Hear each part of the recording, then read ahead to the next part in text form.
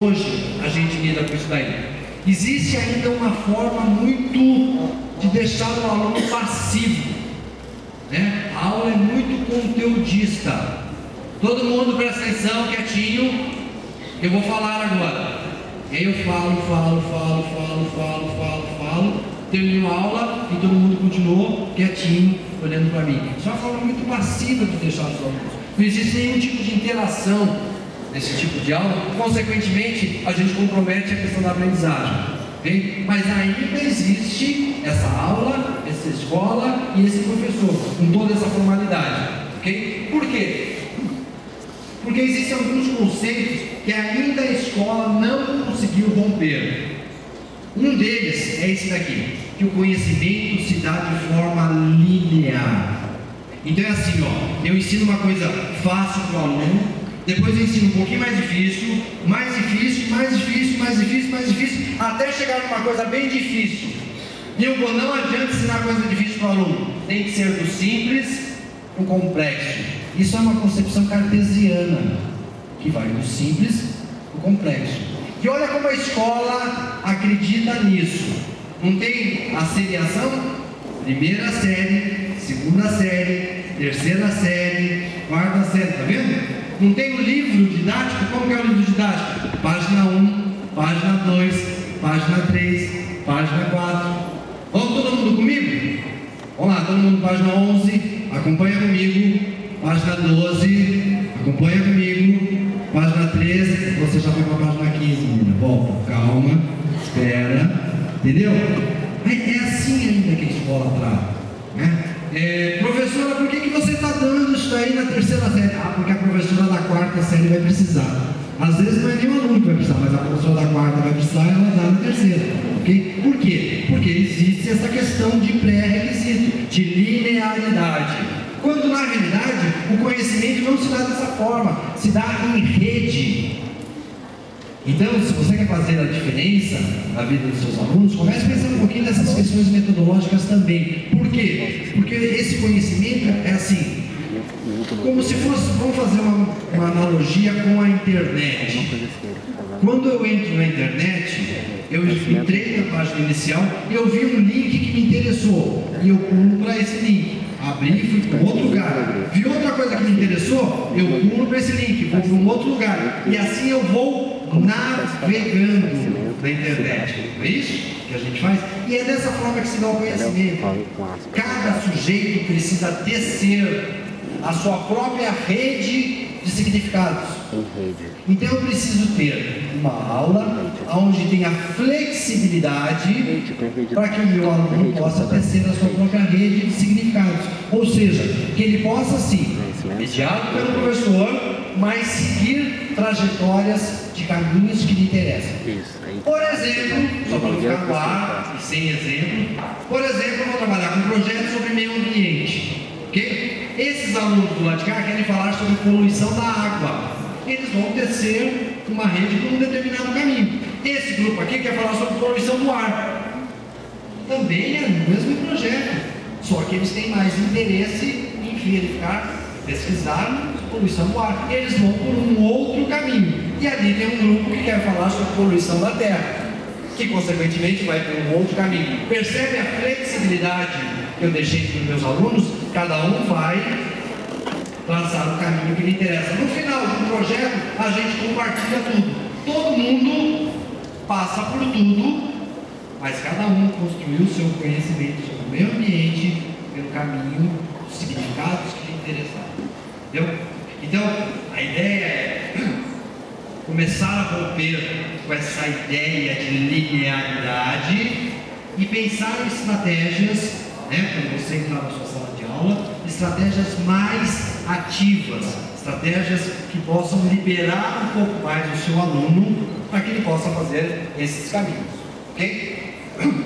Uma outra coisa que acontece muito, e isso não ajuda em nada a você fazer a diferença para o seu aluno, é quando a gente vê professores trabalhando com conteúdos totalmente descontextualizados, que não tem nenhuma função prática. Para que serve isso? Porque tem que aprender, presta atenção. Mas professor, para que? Porque tem, anota aí, quer fazer coisa usar? Precisa. Esses dias eu conversei com um aluno que trabalha comigo na minha área lá, e ele falou que numa determinada aula perguntaram para a professora de matemática, desculpe os matemáticos presentes, mas essa específica, o aluno perguntou para ela para que servia aquela equação. Ela falou: se não quiser aprender, vai fazer psicologia, sai da engenharia. Essa foi a resposta, porque certamente nem ela sabia para que servia aquela equação, porque senão ela teria já demonstrado num contexto muito mais claro e atraente para o aluno. Então isso é um cuidado que a gente tem que também ter para mostrar essas questões práticas, porque na realidade esse conteúdo disciplinar ele é muito linear. Um dia vocês vão chegar lá na escola, vão dar uma programação para vocês e a gente acredita que a gente vai ter que seguir aquilo rigidamente, linearmente. Não é verdade.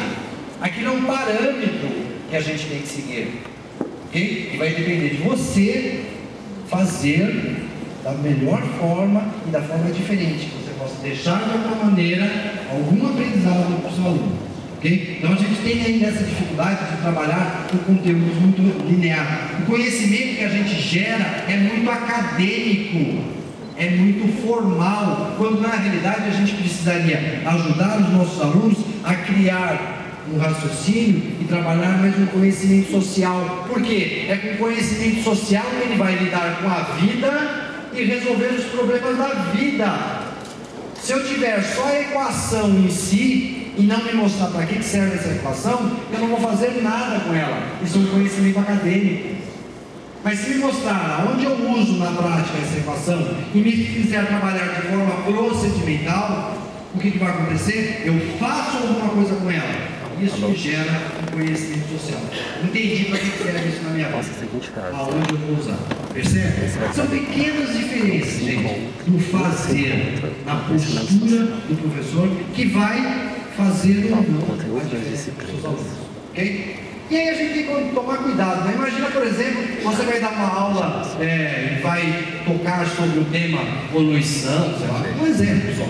Okay? E aí você vai falar sobre o rio Sena, que foi totalmente destruído. Para um garoto de 7, 8 anos, se você falar do rio Sena, ele deve imaginar isso, que era piloto de Fórmula 1 e já morreu. Tá? Se a gente tiver que falar de poluição de um rio, de qual rio nós falaríamos aqui?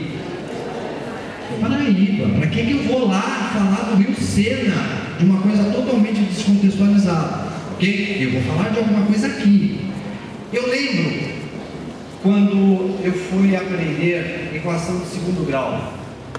Novamente, desculpem os matemáticos, não são todos os matemáticos que são assim, mas os meus exemplos que aconteceram comigo foram traumáticos na área de matemática. Porque eu lembro o seguinte: o professor de matemática chegou e falou: hoje eu vou ensinar para vocês uma equação que vai resolver todos os seus problemas. Gente, eu era um adolescente que não tinha problema nenhum, estava sentado, estirado na carteira. O professor chega, me arruma um problema para a minha vida que eu não tinha e me dá a fórmula do problema que eu não tinha. E aí ele começou assim: olha, quando vocês forem calcular a trajetória de um míssil, gente, a hora que ele falou calcular a trajetória de um míssil, eu desliguei da tomada. Eu não quero aprender a calcular a trajetória de um míssil. Você imagina na cabeça de uma criança, de um adolescente, calcular a trajetória de um míssil que vai matar alguém ou que vai alejar alguém? Ela não quer, esse exemplo não serve. Mas é um exemplo que às vezes a gente ainda escuta, calcular a trajetória de um míssil. Por quê? Porque são exemplos descontextualizados. Okay? Então esses cuidados a gente vai ter que tomar. Um outro exemplo. Eu tenho certeza que todos aqui nessa sala já tiveram exemplo em física, em ciências. Ao subir no prédio de 20 andares, pegue uma bolinha de aço, jogue de lá de cima do 20º andar para calcular ou a gravidade, cada livre, velocidade, alguma coisa assim. Já ouviram esse exemplo? Agora, gente, alguém já subiu num prédio de 20 andares e jogou uma bolinha de aço? Quem? Levanta a mão se alguém fez isso. Ninguém na vida fez isso, nem o professor de física, até porque é um perigo, gente. Se cair lá embaixo, vai cair na cabeça, alguém vai matar. Você entendeu? Quer dizer, olha o exemplo. Esse exemplo não serve para nada, não vai ajudar em nada, mas a gente continua ainda ouvindo esse tipo de exemplo. sala de aula. Tá? Então são essas coisas que a gente precisa mexer, e vocês ainda estão no forno, né? Dá tempo da gente mexer para que vocês possam chegar lá na frente e fazer essa mudança. Ok?